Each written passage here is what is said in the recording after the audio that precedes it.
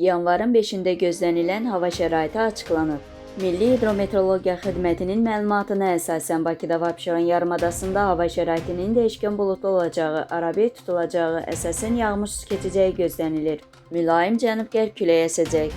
Havanın temperaturu gecə 1-3 dərəcə, gündüz 9-14 dərəcə isti olacaq. Atmosfer təzyiqi 768 mm civə sütunu nisbi rütubət 55-65% təşkil edəcək. Azərbaycanın rayonlarında havanın əsasən yağmursuz keçəcəyi gözlənilir. Bəzi yerlərdə arabir duman olacaq. Mülayim qərb küləyi bəzi yerlərdə arabir güclənəcək.